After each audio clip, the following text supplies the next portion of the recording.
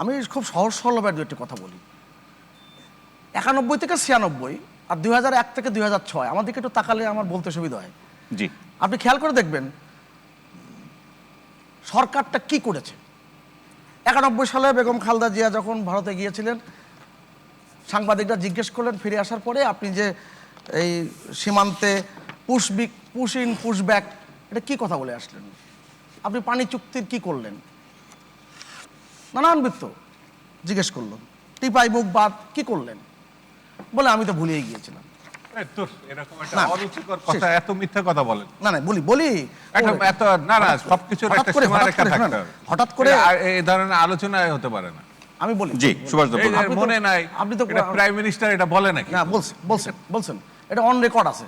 না না, কোনো অন রেকর্ড নেই। আপনি বিটিভির ফুটেজ বের করলে রাজনীতি করছি না দুদু ভাই, একটু না না একটু জি, সুভাষ দা বলুন। না না, আমি আপনাকে খোলামেলা কথা বলি।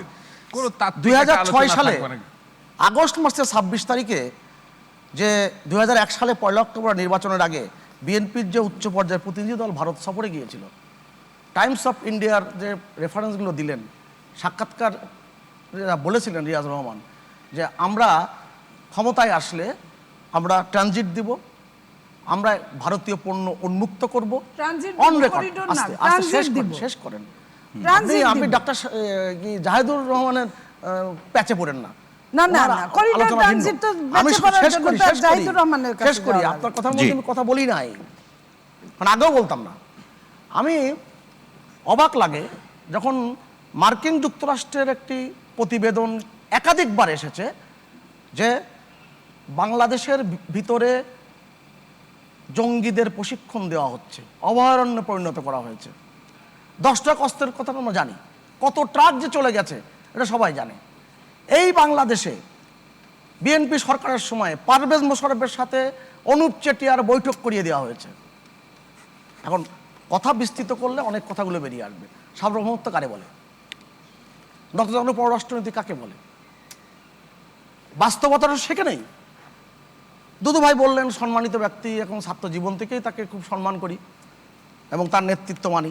আমি আপনাকে একটা কথা বলি, বঙ্গবন্ধু যে 44,000 কিউসিক পানি এনেছিলেন, সেই 44,000 কিউসিক পানি ছিল কত হাজার কিউসিক পানির ভিতরে? 55,000 কিউসিক পানির ভিতরে। এবং এটা একটা অনন্য সাধারণ চুক্তি ছিল। 77 সালে বিএম আব্বাস যখন গেলেন ভারত জিয়া রহমানের নির্দেশে, সেখানে চুক্তিটা হয়ে আসে 20,000 কিউসিক পানি।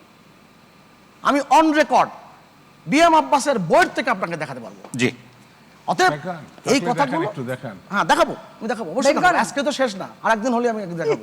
বই আমি ওইটা আনিনি বিএম আব্বাসের। আমি যখন বলবেন অন বুক তখন ওইটা নিয়ে আসবেন। আচ্ছা, এখন প্রশ্ন থেকে যায় সীমান্তে হত্যা।